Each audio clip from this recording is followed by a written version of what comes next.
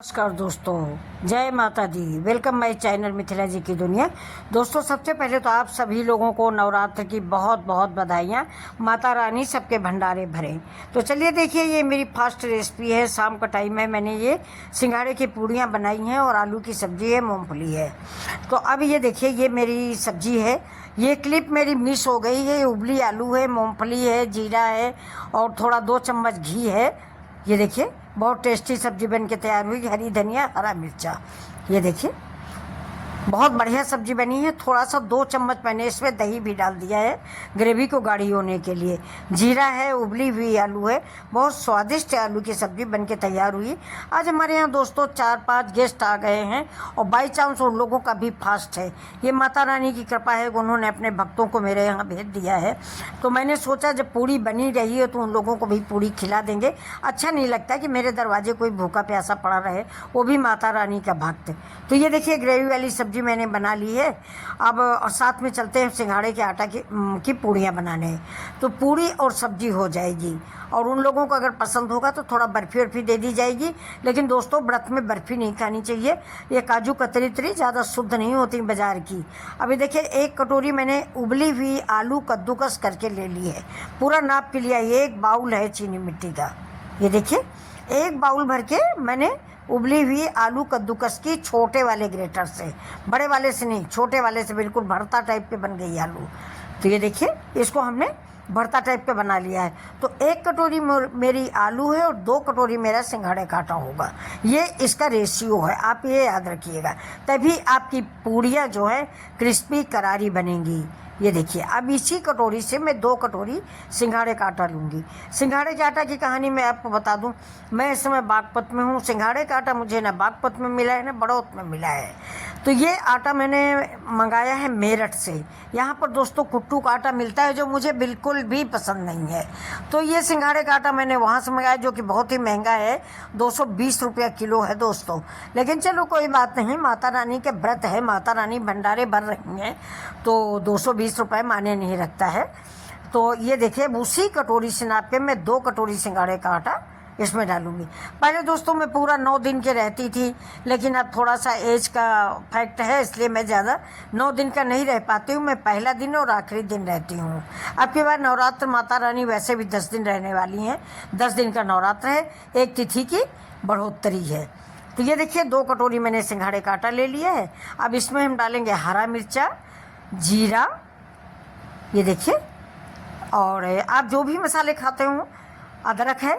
हम ज़्यादा मसाले डालते नहीं हैं। व्रत का मतलब व्रत, मतलब ज़्यादा चटपटा, ज़्यादा स्वाद व्रत में नहीं बनाया जाता। मैं अपने मतलब व्रत रहा जाता है कि हमारा पेट साफ हो, हमारा मन शुद्ध हो, मेरा शरीर शुद्ध हो। तो हम उसमें अगर तामसी भोजन डालते रहेंगे तो मुझे कोई फ़ायदा नहीं मिलेगा। तो तामसी भोजन नहीं खाना चाहिए।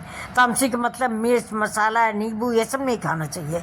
नींबू वैसे भी दोस्तों रात में हम नहीं काटते हैं, और तो पेड़ से तोड़ा भी नहीं, इसलिए नींबू है भी नहीं। तो ये देखिए, अब मैंने इसमें जीरा डाल दिया है, हरा धनिया है और अदरक है। बस इससे ज़्यादा इसमें हम कुछ नहीं डालेंगे। अब इस आटे को हम थोड़ा थोड़ा सा पानी डाल के माड़ा लेंगे। पहले तो आलू को मिक्स करेंगे इसी सिंघाड़े के आटे में। अब ये मेरा मूंगफली का तेल है। जो भी तेल आप खाते हैं उसमें आप पूड़ियाँ बना लें। मैंने मूंगफली का तेल डाला है। मेरे घर में या तो देसी घी खाया जाता है या मूँगफली का तेल खाया जाता है। तो ये मूँगफली का तेल है, इसमें हम पूड़ियाँ बनाएंगे। ये देखिए, तो अब हम ये आलू जो है इसको मैंने सिंघाड़े में मैश कर लिया है और कस के जब इसको मिक्स कर लेंगे, इसके बाद इस आटा को हम मारेंगे। मारने के बाद हम पूड़ियाँ बनाएंगे। देखिए, आटा मेरा मार लिया गया, यानी गूँथ लिया गया है। अब इसके ऊपर से हम थोड़ा सा वही जो तेल रखा हुआ है मूँगफली वाला, वही इसमें हम थोड़ा सा लगा देंगे। ये देखिए, ये लगा के इसको हम चिकना कर लेंगे। वैसे फ्रेंड्स, इसको मैं हाथ से बना लेती हूँ, आप तो जानते ही हैं मैं हाथ से बना लेती हूँ। लेकिन आप थोड़ा बाहरी लोग हैं तो मैं इसको बेल के काट के बनाऊँगी, आपको दिखाऊँगी मैं। वैसे मतलब उन्हीं लोगों भर के लिए हम बेलेंगे। और ये देखिए, ये मैंने भगवान की यानी देवी मैया के लिए टिक्की बनाई है, क्योंकि पहला भोजन, दिन भर के बाद पहला भोजन हम लोग खाने जा रहे हैं। दिन में सिर्फ चाय और थोड़ा सा एक आधा केला सेब खा लिया गया था, बाकी कुछ खाया पिया नहीं गया था। तो अब ये देखिए, सिंघाड़े की पूड़ी है। तो सबसे पहले मैं देवी मैया को इसका भोग लगाऊंगी। ये देखिए, तो इसका सबसे पहले मैंने भोग लगा दिया है। ये पूड़ी बन जाएगी, इसके बाद ये देवी माँ के नाम को और इसमें आलू की सब्ज़ी लगा के मैं इसका भोग लगाऊंगी। इसके बाद मैं जो हमारे गेस्ट आए हैं उनके लिए पूड़ियाँ बनाऊंगी और सबसे पहले अपने गेस्टों को खिलाऊंगी। इसके बाद मैं माँ बेटी खुद खाऊंगी सिंघाड़ा की पूड़ी और सब्ज़ी। मैं ग्रेवी वाली सब्ज़ी खाऊंगी नहीं फ्रेंड्स, तो मैंने अपने लिए सूखी आलू बना ली है। उसमें भी मैंने सिर्फ जीरा, धनिया और हरा मिर्चा डाला है। सूखी आलू जैसे कि नॉर्मल फास्ट में बनती है। तो ये देखिए देवी मैया के लिए पूड़ी बन गई है। और ये पूड़ी भी बाद में जब पूरा भोग लगा लेते हैं, इसके बाद जब हम पूरा परिवार खाना खाने बैठते हैं, तो ये जो भोग लगा प्रसाद होता है, इसको भी थोड़ा थोड़ा करके अपने भोजन में शामिल करके प्रसाद ग्रहण करते हैं। इस प्रसाद से परिवार वालों को सद्बुद्धि आती है, आप सब लोगों का प्यार मिलता है। अब ये देखिए पूड़ी और सब्जी माता रानी को भोग लग जाएगा, बाद में हम सभी लोग प्रसाद रूप में इसको ग्रहण करेंगे। ये देखिए भोग लग गया है, आप लोग भी देखिए। श्रद्धा से जो भी करें आप उसको श्रद्धा से करें, दिखावा की ज़रूरत नहीं है कि मैं 20 तरह की चीज़ें रख दूं, ऐसा नहीं। उन्होंने सब कुछ दिया है, सब उन्हीं का है।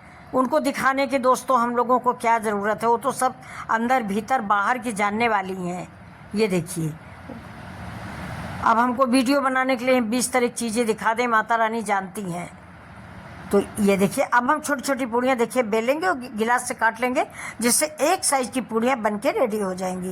ये मेरे चश्मे से कहीं कहीं झिलमिलाहट आ गई है दोस्तों, तो प्लीज़ इसको माफ़ कीजिएगा।